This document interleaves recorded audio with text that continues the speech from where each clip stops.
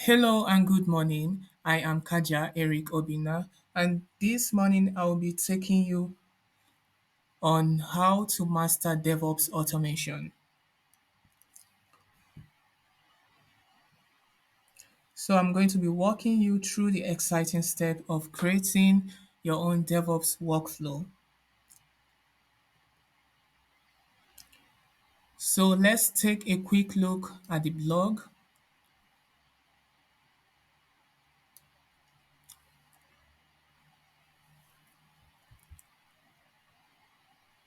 So, here you have the introduction on what this is going to be about. Now, this is the overview and the workflow that I'm going to be creating. I use DevOps as my cloud provider for this particular project, and I implemented processes like CI/CD and use tools like AWS Code Commit, AWS repository. I used also AWS Build, AWS Pipeline, like code pipeline to implement this project. I use AWS CloudWatch for monitor and alerting, which is extremely important when you are automating DevOps to be able to get feedback in real time and also enhance the efficiency of the project. So next, Next, why use DevOps automation tool? So AWS offer actually a wide range of services that can be used to automate your processes. Your tools like code pipeline, code build, code deploy, cloud formation for your infrastructure as code, system manager, a configuration management service that helps you to manage the configuration of your IT system. Then next we go for benefits of DevOps automation. You have improved efficiency, reduced error, faster delivery, increased agility.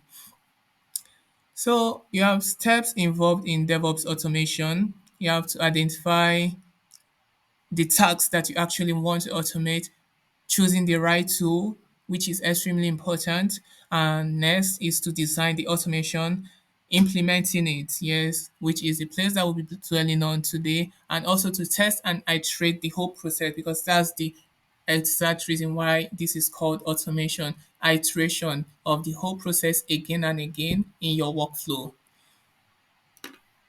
Tools and resources needed for AWS automation, AWS account, your IDE, which can be a VS Code on any IDE of your choice, GitHub repository, code pipeline, code build, code deploy, cloud formation, system manager, and cloud watch. These are all the tools that are used in this particular project. Next, you have step-by-step procedure.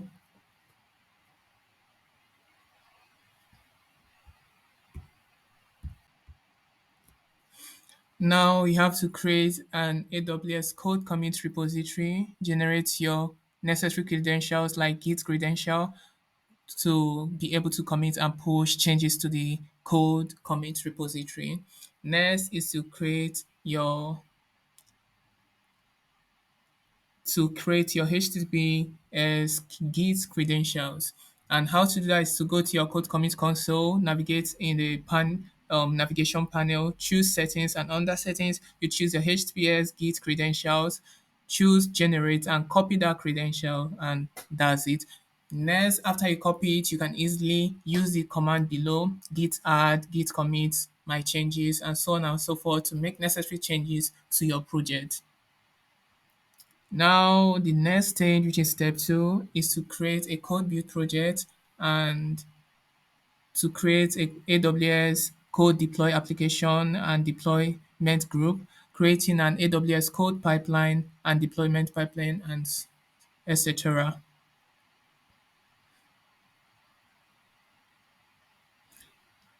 Now, here is a simple script for your code pipeline deployment process, and this script is also available in the GitHub repository. So you can easily navigate to the GitHub repository to get this script and import into your project and make necessary changes as you deem fit. Now, the third step involves configuring automatic rollback for failed deployment, submitting a breaking change to trigger an automatic rollback, configuration of automatic rollback for specific types of deployment failure. So this is just telling you that look, if during the process of creating this project and workflow, my application suddenly breaks during the deployment process, I can easily use this script to get it back to where it was before breaking and make the necessary changes to the code and redeploy again. So to do that, you open your code pipeline console and generate or insert your script. Now here is a sample of the script that you can insert in your code pipeline um, configuration file. Here you see the source is from GitHub. The build stage is code build and so on and so forth. Easy to do. Learning tools I found useful for this. You can go to Cloud Academy, sign up and start to learn about AWS automation and processes.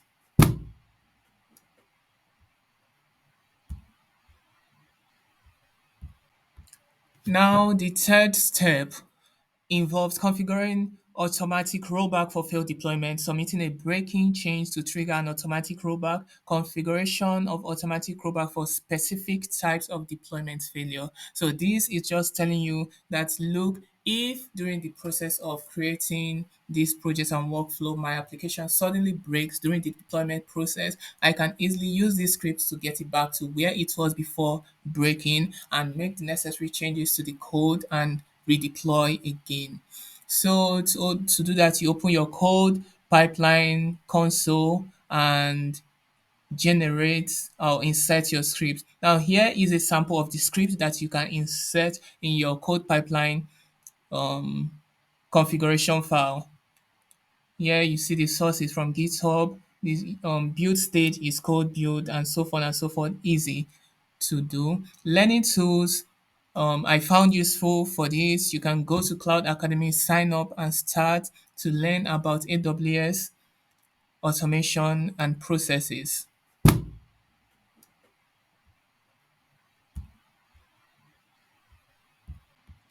Next, this is the script that the whole GitHub repository and the scripts that I used in the project. So all the scripts you saw on the blog post are available in this GitHub repository. You can navigate there to get the codes and the script. Everything is working. So you have all the script for the code build, the code pipeline, the code deploy. Everything is available in this place. And the README file for direction. Next, we'll be looking at the actual application. So here is the sample of the application. This is it running live. You can see the IP address, the EC2 instance. Here I navigated to AWS and logged in so that you can see that yes, this is actually working. This is the EC2 instance. So next I want this to load so that you can see that actually three instances are running, and I'll be going to the development server to display how the application actually works. Here, this is the EC2 instance.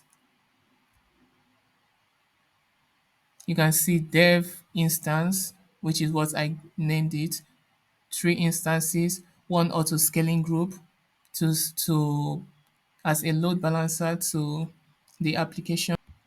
Next, this is the script that the whole GitHub repository and the scripts that I used in the project. So all the scripts you saw on the blog post are available in this GitHub repository. You can navigate there to get the codes and the script. Everything is working. So you have all the script for the code build, the code pipeline, the code deploy. Everything is available in this place and the README file for direction. Next, we'll be looking at the actual application. So here is the sample of the application. This is it running live. You can see the IP address, the EC2 instance. Here I navigated to AWS and logged in so that you can see that yes, this is actually working. This is the EC2 instance. So next I want this to load so that you can see.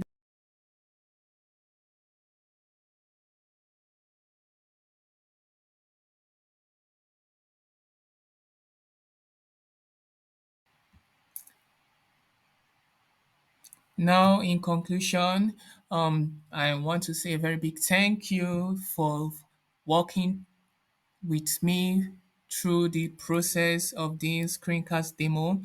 And if you have any projects and collaboration, I am available.